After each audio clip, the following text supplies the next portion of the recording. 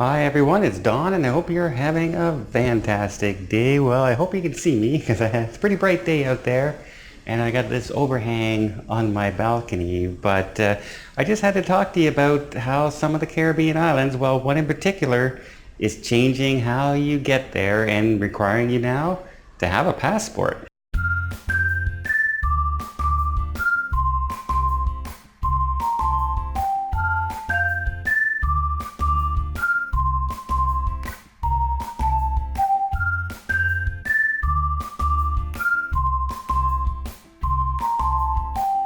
So a lot of people take advantage of the Caribbean because if you leave from a American port and return to an American port, it's called a closed loop cruise, which means you can get by with public government ID, birth certificate and a driver's license, something along those lines.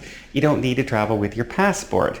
Martinique, however, a southern Caribbean island, is now requiring people to have a passport if you're about to get off at the shore. Now, if you decide you're not going to get off in Martinique and stay on the ship, as of right now, that's okay. You can still get on the cruise and take your cruise. You're just not allowed onto the land of Martinique. However, in the future, that could change. The cruise lines could start requiring you to have a passport if one of your itinerary stops is Martinique. Another secondary thought in this decision is now that one island in the Caribbean is requiring passports, will others follow suit? Is there a possibility now that if you go to Jamaica or if you head to the Grand Cayman or something, Mexico, you do need a passport for Mexico, but if you're going to some of these locations, are you all going to need a passport now for all these Caribbean islands, other than maybe the private islands that are out there? So it kind of makes you think. Now, here's the thing I always say about passports. It's worth the money to get a passport if you're going to travel once or twice a year or once every 2 years even. It's still worth the passport. I just went with my niece and got her passport for 10 years. It cost like $200. That's $20 a year for 1 year. That's a pretty good deal. I don't know too many things you can buy for $10 a year nowadays. I bet your text messages cost more than that in a couple weeks. So I don't understand why people have a hard time wanting to get a passport. I understand if you can't get a passport for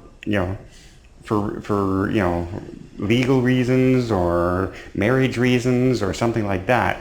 However, if you're going to be traveling, I just recommend get yourself the passport, because Martinique, I know there's not a lot of cruises that go there, but it is an absolutely gorgeous location. It has some of the most pristine beaches in the Caribbean, and it's still one of those islands because it's not overpopulated by cruises, because a lot of cruises, you have to be on a longer cruise to go there. The 4, 5, 6, and 7 day cruises usually don't go that far south. So if you can get on one of these cruises and get to Martinique, the beaches are a lot less crowded, a lot more pristine. The waters around the island are much clearer, a lot better scuba diving. You can still get to areas in Martinique that make you feel like you're still alone. There's long stretches of beaches you can walk by yourself out on the island. You can't do that in a lot of Caribbean ports. So